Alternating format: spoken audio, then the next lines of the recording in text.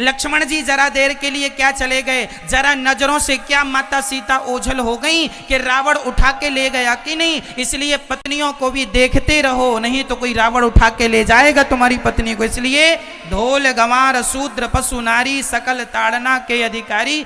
देखने का कहा है, मारने का नहीं कहा। लेकिन कुछ मूर्खों ने तुलसीदास जी की चौपाई को गलत करार दे दिया, तुम्हारी चौपाई गलत है। लो भैया, अब तुमसे अर्थ ही करना नहीं आता तो फिर सब गलत है भैया। कैसे गलत हो जाएगी चौपाई? तुम्हारे अर्थ, तुम्हारी शब्द संग्रह कम है, तुम नहीं जानते। इसलिए शास्त्र जो है श्रद्धा का विषय है, ये तर्क का विषय समझो मेरी मां। तो ये चौपाई है, ऐसी तमाम चौपाइयों का लोगों ने गलत अर्थ कर दिया और फिर बाद में क्या क्या बताएं हम आपसे। करदम जी ने विमान बनाया, 9 बेटियां हुई। उन 9 बेटियों का ब्रह्मा जी ने करदम जी ने 9 बेटियों का विवाह किया। कला का मरीचि से, अनुसुईया का अत्रि से, श्रद्धा का अंगिरा से, हविर्भु का पुलस्त से, गति का पुलह से, क्रिया का क्रतु से, ख्याति का विवाह भृगु से, अरुंधति जी का विवाह वशिष्ठ जी से, अथर्व का शांति से। ये करदम जी की 9 बेटियों का विवाह हुआ। अब करदम जी के यहाँ स्वयं भगवान कपिल देव जी का जन्म हुआ। बोलिए कपिल देव भगवान की। अब 10वें गर्भ में भगवान कपिल देव जी आए और जब कपिल भगवान का जन्म हुआ तो कपिल देव जी के जन्म लेते ही करदम जी हाथ जोड़ के पत्नी से कहते हैं, आज्ञा दो, अब हम चलेंगे। सुनो पत्नी, जब आपके बच्चे बड़े हो जाएं, समझदार हो जाएं, तो अपने मन को सबसे हटा लेना चाहिए। मैया जी, आप में से कितने ऐसे पुरुष हैं और माताएं हैं जिनके बच्चों, बेटा और बेटियों का विवाह हो चुका है? जिनके बेटा बेटियों का विवाह हो गया वो लोग जरा हाथ उठाइए। अच्छा, आपका हो गया। अब मुझे ये बताओ, आपकी बेटी का विवाह हो गया, आपके बेटों का विवाह हो गया, अब आप अपनी गृहस्थी से आजाद हो गए कि नहीं? गृहस्थी की जिम्मेदारी से मुक्त हो गए या नहीं?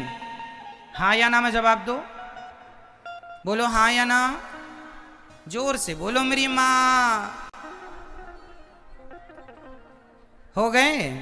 अब सुनो, जब आपकी बेटी का विवाह हो गया, बेटी अपने घर सुखी है, बेटा अपने घर सुखी है, तो अब आपका क्या फर्ज बना? अब आपका धर्म ये है कि अब आप अपना बेटी, बेटा, नाती, पोता सबसे मन को हटाओ और अब बचे हुए समय को भगवान के चरणों में समर्पित करो। और अभी लोक तो बन गया, अब जरा परलोक संवारने की तैयारी कर लो, भगवान का चिंतन करो। लेकिन आज का आदमी ऐसा है, बेटा बेटियों का शादी विवाह कर देता है, फिर पोता पोतियों के लिए घूमता रहता है। ममता तू न गई मेरे मन से, सारी जिंदगी आदमी यही करते करते मर जाता है। तो तीर्थ यात्रा कब करोगे भैया? हम कहते हैं बेटा बेटी का घर बस गया, अब जाओ अपना थोड़ा जगन्नाथ जी का दर्शन करो, 1 महीने वहीं रहना, 1 महीने वृंदावन रहो, 1 महीना द्वारिका रहो, 1 महीने बद्रीनाथ जी रहो, और बचा हुआ समय बुढ़ापे का तीर्थों में गुजारो। दोनों पति पत्नी जाया करो और तीर्थों में रहो। अब सुनो, और जो संपत्ति कमाओ जीवन भर, सारी बच्चों को ना दे दो, कुछ बच्चों को दो और कुछ अपने तीर्थ यात्रा के लिए बचाओ। बच्चों को योग्य बनाओ, बेटा अपना कमाओ। अब बचा हुआ समय तीर्थों में, घर में मत मरना, घर वाले मरने नहीं देंगे। एक सज्जन मर रहे थे, तभी सब लोग आए रिश्तेदार, भैया पहचानो हमें। अच्छा, जब आदमी मरने लगता है ना, तभी लोग आते हैं, ये कहते हैं हमें पहचानो, हमें क्या करेंगे तुम्हें पहचान के? सारी जिंदगी तुमने अपनी शक्ल नहीं दिखाई। आपके मुसीबत में, आपके जरूरत में कोई नहीं आएगा, पर आप मरने लगे तो जमाना यही कहता हमें पहचानो। एक सज्जन मर रहे थे, आंख खोलने की हिम्मत नहीं, तभी लोग आके हिला रहे हैं, पहचानो पहचानो। अरे शांति से कम मर तो जाने दो। इतनी भीड़ कर ली, इतना धक्का मुक्की कर ली, कुछ लोग उसके ऊपर गिर गए, वो पहले ही निपट गए लोग। अभी घंटे 2 घंटे और रहते इनकी धक्का मुक्की से निपट गए। लो तो ये मारने ही आए थे, जल्दी मरे हम जल्दी घर जाएं। और कुछ लोग ना बड़े कंफ्यूज रहते हैं। उनको लगता है हमारे बिना हमारे बच्चों का क्या होगा, हमारे बिना हमारे पोता पोतियों का, तुम मरो सब बढ़िया होगा। किसी का कुछ रुका तुम्हारे बिना? अच्छा ये बताओ, तुम्हारे बाप दादे मर गए, उनके बिना तुम्हारा कोई काम रुका? तो तुम मरोगे तो तुम्हारी औलाद का क्या रुकेगा? कुछ नहीं रुकना। ये झूठी बातें जो तुमने बिठा रखी है, मेरे बाद क्या होगा, तुम्हारे बाद भी सोमवार होगा, मंगलवार होगा, होली होगी, दिवाली होगी, तुम्हारे घर में बच्चे होंगे, तुम्हारे घर में शादी होगी, तुम मरो तो सही, सब होगा। आज का आदमी बड़ा इस चक्कर में कंफ्यूज रहता है कि मेरे बाद क्या होगा, सब बढ़िया होगा साहब। और सुनो, ये दुनिया के लोग जो कहते हैं ना हम तुमसे बड़ा प्यार करते हैं, ये झूठी बातें, इनके चक्कर में ना आ जाना। जब आदमी मर जाता है ना तो रोने वाले रोते हैं, घर वाले, रिश्तेदार, गांव के सब लोग आ जाते हैं। लेकिन एक बात अच्छी है, जब कोई मर जाए ना किसी के घर में, तो उस घर के लोगों को पूरी रात चाय फ्री में मिलती है।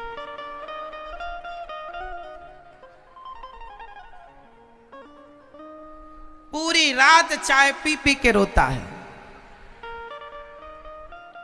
बहू रो रही है सास के मरने में, ऐसे रो रही है, तभी पड़ोसन गरम गरम अदरक वाली चाय लेके आई। अरे बहन थोड़ा चाय पी लो, कब तक रोगी, उन्हें तो जाना था चली गई। बहू को भी लगा बात तो सही है, गला भी सूख रहा है, बहुत देर से रो रही हैं, अच्छा ठीक है। तो वो देखो अब बहू थोड़ा रोने में थोड़ा सा विराम देके और चाय पीने लगी। चाय पीती पीती बहू ने पड़ोसन को एक धक्का, क्यों अदरक कम डाला है? लो सास मरी पड़ी है और बहू चाय पी पी के रो रही है। अच्छा जब कोई मर जाता है तो गांव वाले ना बढ़िया चाय लाते हैं, इसके घर से चाय, उसके। सुनो, तुम कहते थे हमारे बाद क्या होगा, तुम्हारे बाद चाय छन रही है, ये होगा, सुन लो। लोग तो चाय पीना तब भी नहीं छोड़ेंगे जब तुम मर जाओगे।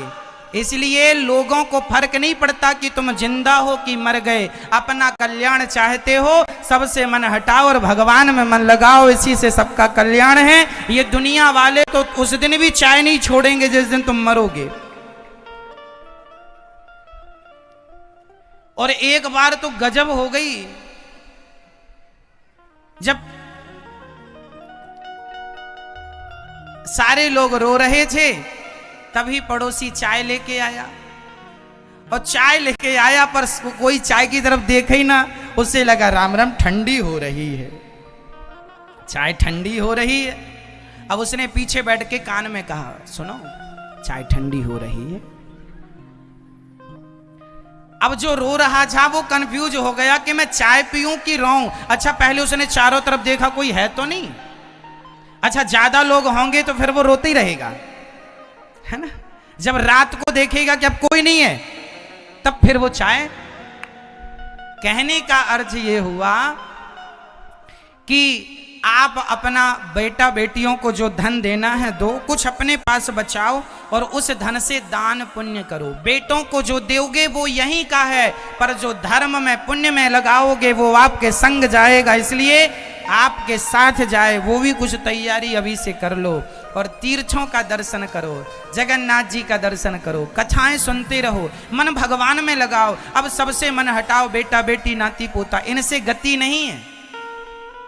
बात हमारी मान लो, कोई किसी का नहीं है। बताइए कोई है किसी का? फिर क्यों अज्ञान में जीवन जीते हो?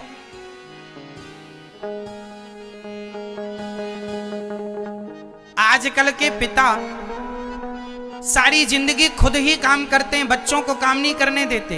अरे आप लोग सुनो, जब बेटा पढ़ लिख के आ जाए, बेटा योग्य हो जाए, तो बच्चे के कंधों में जिम्मेदारी दो और तुम 10-20 दिन के लिए घर से निकलो। 10-20 दिन के लिए जिम्मेदारी बेटे को देकर जाओगे तो 20 दिन में पता चल जाएगा कि बेटा कैसी गृहस्थी चला रहा है। इससे बच्चों के कंधे मजबूत होंगे। लेकिन बाप सारी जिंदगी घर पे खटिया तोड़ता है तो बच्चों को लगता है बाप तो है, हमें करने की क्या जरूरत है। इसलिए बच्चे निकम्मे हो जाते हैं, अकर्मण्य हो जाते हैं। यदि बच्चों को योग्य बनाना है तो जिम्मेदारी कंधे पर देनी पड़ेगी। उसके लिए महीने 15 दिन के लिए जिम्मेदारी देके आप तीर्थ यात्रा पे चले जाओ। जब आओगे पता चल जाएगा कि बच्चे कच्चे हैं कि पक्के हैं। कुम्हार भी घड़ा बनाता है तो ठोकता है ना, पक्का है कि कच्चा है। फिर आप अपने बच्चों को नहीं देखोगे कि कच्चे हैं कि पक्के हैं। मान मेरा कहना नहीं तो पछताएगा, ये मिट्टी का खिलौना मिट्टी में मिल जाएगा। ये शरीर मिट्टी का खिलौना है, मिट्टी में मिलेगा। बात मान लो, भगवान में मन लगा दो, सबसे मन हटा लो बेटा बेटी से, सबसे मन हटाओ। नाता एक राम जी से दूजा नाता तोड़ दे, आशा एक राम जी की दूजी आशा छोड़ दे। मान मेरा कहना नहीं तो पछताएगा, ये मिट्टी का खिलौना मिट्टी में मिल जाएगा। अच्छा सुनो, करदम जी महाराज चले गए, माता देवहूति हाथ जोड़ के बैठ गई। कपिल भगवान से कहा प्रभु निर्विण्णा नितराम भूमन सदिन्द्रिय दर्शनात् येन संभाव्यमानेन प्रपन्नान्धं तमः प्रभु। कपिल देव भगवान से माता देवहूति कहती हैं प्रभु मेरा मन बहुत तंग करता है, परेशान करता है। अच्छा, हमारे जीवन में हमें सबसे ज्यादा परेशान कौन करता है, कौन बताएगा? मैया जी, ओ मैया, ओ मेरी माँ, ध्यान दे दो मैया, मैया, ओ मैया। देखो पता नहीं इस तरफ किसे देख रही हैं, थोड़ा देख लो मेरी माँ। सुनो, ध्यान से सुनना। हमें सबसे ज्यादा परेशान कौन करता है? हमारा मन। माता देवहूति कपिल भगवान से क्या कह रही हैं? हमारा मन बहुत परेशान करता है। अच्छा, हम सबका भी मन परेशान करता है, सही है। यदि मन को ठीक करना है तो मैं कुछ उपाय बता सकता हूं। क्या आप सुनने को तैयार हैं? तो ध्यान से सुनिए। मन को यहां वहां ना लगाइए, मन को केवल कथा सुनने में लगाइए। मन की गति है अटपटी, झटपट लखे न कोय। मन की जब खटपट मिटे तो झटपट दर्शन हो। मन की गति बड़ी अटपटी है, पूरी विडंबना, पूरा खेल मन का है। इसलिए मन को सुधारना है। हमें परेशान मन करता है, मन कहता है ये मिल जाए, मन कहता है वो मिल जाए। पड़ोसन ने रानी हार बनवाया तो इसका भी मन कहने लगा मेरा भी बन जाए। तो ये जो मन जिसे देखता है, मन उसकी तरफ तुरंत चला जाता है। सही है मैया? इसलिए हम कहते हैं अपने मन पर कंट्रोल। ये मन कौन है? मन भगवान का स्वरूप है। यदि आप कहें कि महाराज जी मन यदि भगवान का स्वरूप है तो फिर मन में ऐसे गंदे गंदे विचार क्यों आते हैं? मन ऐसा क्यों हमें तंग करता है, परेशान करता है? तो कारण समझिएगा। गंगा का पानी जब बाढ़ आती है ना गंगा जी में, तो गंगा जी का पानी चारों तरफ फैल जाता है। और जब बाढ़ खत्म हो जाती है तो आपने देखा होगा गंगा जी का पानी, एक तो गंगा जी की धार से जुड़ा है, वो तो बह रहा, पर कुछ पानी गड्ढों में भर जाता है। बाढ़ जब जाती है तो पानी नदियों का कुछ गड्ढों में गंगा जी का भर जाता है या नहीं? हाँ या ना? तो जो गड्ढे में पानी भरा है वो किसका पानी है? जोर से बोलो, वो किसका पानी है? वो भी गंगा का ही पानी है। बात समझ में आ जाए ना तो बोल दिया करो, इससे हमें लगता है कि आपको समझ में आ रहा है। आप नहीं बोलते तो हमें लगता है समझ में नहीं आता। तो गंगा का पानी जब बाढ़ आती है और जब बाढ़ जाती है तो कुछ पानी गड्ढों में भर जाता है। वो गड्ढे में भरा हुआ पानी भी किसका है? किसका है? गंगा का। परंतु गंगा का पानी तो है, पर आप नहाना पसंद करेंगे क्या उसमें? पीना पसंद करेंगे उसको? उस पानी को बोतल में भर के लाएंगे क्या घर? नहीं। फिर किस पानी को लाएंगे? जो धार से जुड़ा है और बह रहा है। ठीक है, पानी वो भी गंगा का ही है, पर वो धार से कट गया। ठीक है, हट गया। उसी तरह हमारा मन भी भगवान का ही स्वरूप है, लेकिन आजकल हमारा मन मैं और मेरे गड्ढे में जाके समा गया। ये तेरा है, ये मेरा है, ये अहंकार, ये अज्ञान के गड्ढे में जाकर के मैं और मेरे गड्ढे में जाकर डूब गया ये मन। इसलिए उस परमात्मा की जो धार थी उससे ये मन हट गया, और हट गया इसलिए मन गंदा हो गया। आप कहते हैं ना महाराज जी हमारा मन गंदा क्यों है? गंदे गंदे थॉट क्यों आते हैं? गंदे गंदे विचार क्यों आते हैं? कारण यही है कि आपका मन उस एक धार से हट गया। किस धार से? भगवान की भक्ति, भगवान की कृपा, भगवान के ज्ञान, भगवान के परम तत्व के उस धारा से मन हट गया और मैं और मेरे के गड्ढे में जाके आपका मन भर गया। इसलिए जैसे गड्ढे का पानी अशुद्ध हो गया जबकि है गंगा का ही, अच्छा वो गड्ढे का पानी क्या शुद्ध हो सकता है? बताइए मैया, क्या वो गंगा का पानी जो गड्ढे में भरा है क्या अब शुद्ध हो सकता है? हाँ या ना? बोलो। हाँ, हो सकता है। कैसे? यदि फिर कोई गंगा की धार वहां से गुजरे और उस गड्ढे से होकर गुजरे तो गड्ढे का पानी फिर उस धार से मिलकर शुद्ध हो जाएगा। मेरा मन माना कि अशुद्ध हो चुका है, पर फिर भी भक्ति की धार से जोड़ दोगे ना, अपने आप आपका मन शुद्ध हो जाएगा और आपके मन में जितने गलत विचार हैं सब नष्ट हो जाएंगे। गंदा पानी देखो ना, नाले का पानी जाके गंगा जी में मिलता है और गंगा जी में मिलते ही लोग उसमें वहां स्नान करते हैं, पीते हैं, भर के ले आते हैं। गंगा में गंदा पानी मिला, शुद्ध हो गया, जबकि गंगा का पानी ही गड्ढे में भर गया तो अशुद्ध हो गया। उसी तरह मेरा मन कितना भी अशुद्ध है, नाले की तरह है।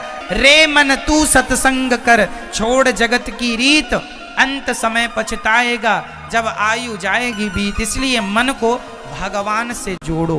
यदि मन आपने स्त्रियों में लगा रखा है, पुरुषों में लगा रखा है, पैसों में लगा, मैं ये नहीं कहता कि पत्नी के साथ ना रहो, मैं ये नहीं कहता कि पैसे ना कमाओ, खूब पैसे कमाना चाहिए, पैसे बहुत कमाओ, पर पैसे से आसक्ति ना हो, पैसे से मोह ना हो। पैसा कमाते हुए, पैसे को लिए हुए, पैसे से काम करते हुए मन को भगवान में लगाना, ये संपत्ति हमारी नहीं है। संपत्ति सब रघुपति के आही, सब कुछ भगवान का है। जैसे कमल का पुष्प पानी में रहता है पर पानी की एक बूंद कमल में नहीं रहती, उसी प्रकार संसार में आप रहो, आपके भीतर संसार ना रहने लग जाए, इसका विशेष ध्यान रखना। सब कुछ करते हुए भी कुछ नहीं करना। समझ रहे हैं? नहीं समझ में आई? समझाते हैं। देखो जैसे ये पैसा है, हम पैसे कमाएं, हम ये 500 रुपए का नोट अपने पास रखें, पैसे कमाएं, लाखों रखें, करोड़ों रखें, पर इससे हम प्रेम ना करें। क्या ये पैसे से प्रेम करना सही है? अरे पैसा हमारे काम काज के लिए है, प्यार करने के लिए नहीं। पत्नी एक व्यवस्था है, पत्नी होगी तो घर का काम होगा। बच्चे भी एक व्यवस्था है, बच्चों को रखो, पत्नी को रखो, सबके बीच में रहो, परंतु इनके बीच में रहो, जिम्मेदारी निभाओ, संभालो, संस्कार दो बच्चों को, काम पूरा करो, पर इनसे प्रेम ना करो। फंसते कहाँ हैं आप? जब आप संसार के लोगों से क्या कर लेते हैं? प्रेम। वो प्रेम करेंगे तो यदि पत्नी से प्रेम कर लिया, पत्नी मर गई तो रोना पड़ेगा। क्यों? आपके रोने का कारण क्या है? जोर से बोलो, जोर से। आपके रोने का कारण क्या है? प्रेम। इसलिए प्रेम पत्नी से नहीं, प्रेम भगवान से करो। पत्नी से करोगे मर जाएगी तो रोना पड़ेगा, मर गई, चली गई, छोड़ के चली गई, बर्बाद हो गए। लो भैया, काहे तुम बर्बाद हो गए? वो जाना ही था, तुम्हें पता नहीं था?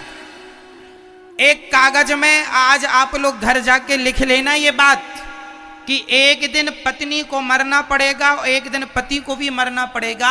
अब पहले कौन मरता है ये विधाता जानते हैं, लेकिन तुम दोनों में से एक लोग पहले मरेंगे, चाहे पति मरे चाहे पत्नी मरे। ये सत्य है या नहीं? क्या इस सत्य से आप और हम बच सकते हैं? तो जब आपको पता है कि पत्नी एक दिन मरेगी, जब आपको पता है कि आपका बाप एक दिन मरेगा, तो मरने पे इतना ज्यादा रोते काहे हो? क्या नहीं पता था कि मरेगा? तुम रो रहे हो इसलिए क्योंकि तुमने प्रेम कर लिया। क्यों किया? किसने कहा था? महाराज जी हमारे तो पति को भगवान ने उठा लिया, इतनी पूजा करते थे। तो तुम पूजा करते थे तो क्या चाहते हो? तुम्हारा पति अमर हो जाए? तुम पूजा करते हो तो क्या चाहते हो? तुम्हारी पत्नी अमर हो जाए? तुम पूजा करते हो तो क्या चाहते हो? कि तुम्हारा बेटा अमर हो जाए? ना मेरी माँ, भगवान भी आए तो लीला पूरी करके गए, तुम्हारी हमारी लीला पूरी होगी। जाना, ये प्रकृति का सत्य है, मानो ना मानो, आया है सो जाएगा। राजा रंग फकीर, एक सिंहासन चढ़ चला, एक बंधा जंजीर, जाना पड़ेगा। इस सत्य को स्वीकार कर लो, नहीं करो तो भी आपकी फिर रोते रहो। कौन नहीं गया? नाम बताओ मुझे, एक का नाम बताओ जो ना गया हो। फिर क्या दशरथ जी नहीं गए? क्या राम की माता कौशल्या जी नहीं गई? जब उनके माता पिता गए, भगवान कृष्ण के माता पिता गए, तुम्हारे भी जाएंगे। माता कौशल्या के पति गए, तुम्हारे भी जाएंगे। इस धरती पे आया है सो जाएगा। जाने के लिए मैं आपके यहां आया हूं, किस लिए? बोलो। जाने के लिए मैं आपके यहां आया हूं, किस लिए आया हूं? जिस दिन आया था उसी दिन जाने की भी टिकट हो गई है हमारी। बस आप लोग भी जिस दिन आए थे, आप लोगों की भी जाने की टिकट हो गई है। बस टिकट अभी हाथ में नहीं आई, आ जाएगी। इसलिए प्यार दुनिया के लोगों से ना करना, प्यार भगवान से करो। ये सत्य है। पत्नी, पुत्र, परिवार ये ठीक है, पत्नी के संग रिश्ता निभाओ। पत्नी से प्यार की जरूरत नहीं होती। पत्नी को तो इतना कह दो कि तुम बहुत सुंदर लग रही हो, बेचारी इतनी में फूल ही रहती है, इतनी में खुश रहती है। पति रोज कहे तुम बड़ी सुंदर लग रही हो, तुम्हारी जैसी पत्नी भगवान सबको दे, फिर देखो वो चलेगी नहीं। झूम बराबर झूम झूम के चलेगी। तो प्यार से जरूर, प्यार भगवान से करो। ये पत्नी ना शब्दों की भूखी है। पत्नी किसकी भूखी होती है? शब्दों की। शब्द कह दो कि तुम बहुत अच्छी हो, बहुत अच्छा भोजन बनाती हो, बहुत अच्छी लगती हो, बहुत बड़ा ध्यान रखती हो हमारा, लो पत्नी इसमें खुश है। और आप लोग भी जरा पतियों को इतना बोल दिया, आप जैसा पति भगवान सबको दे, बहुत अच्छे हैं आप, बड़ा ध्यान रखते हैं, बड़े जिम्मेदार हैं, बहुत मेहनत करते हैं। आप जरा तारीफ करते रहा करो अपने अपने पतियों को, वो भी खूब खुश रहेगा। तो पत्नी और पति शब्दों के जाल में फंसे पड़े हैं, इन्हें प्रेम की जरूरत नहीं है। रियल बोल रहा हूं। प्रेम आप लोग करें भी अपनी पत्नी से तो उस प्रेम का कोई मूल्य ही नहीं। अब ये देखो, ये जो पांडाल लगा है, ये जो छत है इसकी, अब इसमें आप लाठी लगाएं और कहें सुनो जी हमने पांडाल संभाला है लाठी से, तो तुम जो लाठी लगाए हो ये तुम्हारी मूर्खता है, न लगाओगे तो भी ठहरा है ये। उसी प्रकार पत्नी से प्रेम ना करोगे तो भी वो तुम्हारी है। प्रेम पत्नी से नहीं, प्रेम पति से नहीं, प्रेम पुत्र से नहीं, प्रेम परिवार से नहीं, प्रेम पैसों से नहीं, प्रेम भगवान से। राम ही केवल प्रेम प्यारा, जान ले ये जो जान नहीं हारा। प्रेम केवल ईश्वर से करना है, फॉर्मेलिटी दुनिया से करते रहो। लेकिन आप लोग उल्टा करते हैं, फॉर्मेलिटी भगवान से और पत्नी से प्रेम करे पड़े हैं। इसलिए मेरी मां सच्चाई कह रहा हूं, रोना पड़ेगा, कर लो तुम प्रेम। ये तुम्हारा प्यार ना रुलाएगा तुम्हें। जितना हंस रहे हो इतना रोने को भी तैयार रहना। इसलिए सारे रिश्ते निभाओ, सबसे सबके बीच में रहो, आसक्ति किसी से ना हो। जो चला गया चला गया, ईश्वर के घर गया है, हम भी वहीं जाएंगे। इस सत्य को स्वीकार कर लो। प्रेम भगवान से करना है। इसलिए परमात्मा ने आंखें दो दी हैं, कान दो दिए हैं, सब दो, दिल एक दिया है। आंख दो, एक आंख से पत्नी को देखो, एक से भगवान को। कान दो दिए हैं, एक कान से पत्नी परिवार पुत्र की सुनो, पर दूसरे कान से कथा। एक पांव से पत्नी पुत्र परिवार की तरफ चलो, पर दूसरे पांव से भगवान की ओर चलो। पर दिल एक ही दिया है। अब दिल में किसे बिठाएं बताओ? दिल में किसे बिठाएं? दिल में भगवान को। तो पत्नी को कहां बिठाएं? पत्नी को दिमाग में रखना है, भगवान को कहां? दिल में। और पत्नी पुत्र परिवार पति को कहां? दिमाग में। क्यों? क्योंकि आपने अपने पति से कहा जरा 1 किलो गुड़ लेके आना, 2 किलो शक्कर लेके आना। पति गया, लेके आया नहीं, घर आया, पत्नी ने कहा शक्कर गुड़ कहां? तो पति बोलता है तेरी बात दिमाग से निकल गई। अक्सर बातें कहां से निकल जाती हैं? जो बातें दिमाग में होती हैं वो निकल जाती हैं। एक पत्नी बोली महाराज मेरी सास ने गाली दे दी। मैंने कहा भूल जा। नहीं महाराज, दिल में लग गई। जो दिल में लग जाती है वो भूलता नहीं है। 10 साल पहले भी सास ने कुछ कहा होगा, बहुओं ने आज तक याद रखा है। और बहू का कहा सास याद रखती है, कम थोड़ी है कोई। कुल मिला के अर्थ ये हुआ कि यदि भगवान दिल में होंगे तो वो कभी ना निकलेंगे, और परिवार दिमाग में होगा तो मरने के पहले परिवार को निकालना ही पड़ेगा। सबको मन से निकाल कर जब मन में केवल भगवान का प्रेम रह जाएगा तब व्यक्ति मोक्ष का अधिकारी होता है। यदि मरने के समय आपकी एक भी इच्छा रह गई तो आपके अगले जन्म में वो इच्छा पूरी करने आना पड़ेगा। भारत जी के मन में एक इच्छा रह गई थी, कल सुनाएंगे हम ये कथा। उनके अंदर इच्छा थी मेरे बाद मेरे मृग का क्या होगा, और मृग का चिंतन करते करते मरे तो उन्हें मृग बन के आना पड़ा था। तो आपके मन में भी कहीं आखिरी कोई इच्छा ना रह जाए, इसलिए सारी इच्छाएं भगवान के चरणों में समर्पित कर दो और एक निश्चित भाव से सच्चे मन से दिल से भगवान का ध्यान करो और सच्चे मन से भगवान की सेवा करो। कपिल भगवान ने माँ देवहूति से कहा माँ मन ही बंधन है और मन ही मुक्ति है। मन भगवान से जुड़ जाएगा तो मुक्ति है, और संसार से जुड़ेगा तो जैसे चाबी ताले को बंद करती है और चाबी ताले को खोलती है, मन यदि संसार में लगा तो बंधन है, और मन भगवान में लग गया तो यही मोक्ष का कारण है। मन एव मनुष्याणाम कारणम बंध मोक्षणम, अर्थात मन एव मनुष्याणाम बंधनम मोक्ष कारणम। ये मन ही बंधन है और मोक्ष का कारण है। इसलिए मर्जी आपकी है कि मन को बंधन में रखना है या मन से मोक्ष प्राप्त करना है। इसलिए हम कहते हैं मन को सबसे हटाओ और गिरधर गोपाल में। इसलिए मीराबाई ने कहा मेरे तो गिरधर गोपाल दूसरो ना, वो दूसरी चीजों को सबको मन से हटा चुकी थी मीरा, क्योंकि वो जानती थी कि एक भगवान ही हमारे संगी साथी हैं, ये दुनिया के लोग संगी साथी नहीं। आप कितने दिन साथ देंगे? किसका साथ कितने दिन कौन देता है बताओ? रक्षक भगवान हैं। कपिल भगवान ने माँ देवहूति से जब कहा, माँ ने कहा प्रभु भक्ति का स्वरूप क्या है? कपिल भगवान ने कहा सेवा ही स्वरूप है। भक्ति क्या है? सेवा ही भक्ति है। आप जो सेवा करते हैं यही भक्ति है। इसलिए ये दास अनिरुद्ध रोज सवेरे उठते से लेके रात्रि के सोते तक हम सेवा करते हैं। कभी वृंदावन आके आप लोग दर्शन कीजिए, वृंदावन में हजारों संत रोज अन्य क्षेत्र में भोजन करते। गौरी गोपाल जी की रसोई में हजारों 20,000 लोग रोज भोजन करते हैं। आप कभी भी आके अपनी आंखों से कभी वृंदावन आना तो प्रसाद पाने गौरी गोपाल जी की रसोई में ही आना, ये मेरा निमंत्रण है। भारत की 5वें नंबर की, 4थे या 5वें नंबर की सबसे बड़ी रसोई गौरी गोपाल जी की रसोई बन चुकी है। भारत, पूरे भारत में 4थे 5वें नंबर की सबसे बड़ी रसोई, जहां निःशुल्क सबको, हजारों लोगों को, आखिरी व्यक्ति तक को पेट भर भोजन मिलता है। तो आप भी तीर्थ में चल रही ऐसी रसोई से आप भी अपने आप को जोड़ सकते हैं। एक दिन का आप भी अन्य क्षेत्र बंटवा सकते हैं जहां हजारों संत आपकी रोटी खाएं और आपको आशीर्वाद दें। तो एक दिन की आप सेवा से जुड़ सकते हैं जहां हजारों संतों को पेट भर भोजन मिलता है। और ऐसी सेवा से अपने आप को एक दिन, बच्चों के जन्मदिन, शादी की सालगिरह में आप जरूर संतों को भोजन बंटवाइए।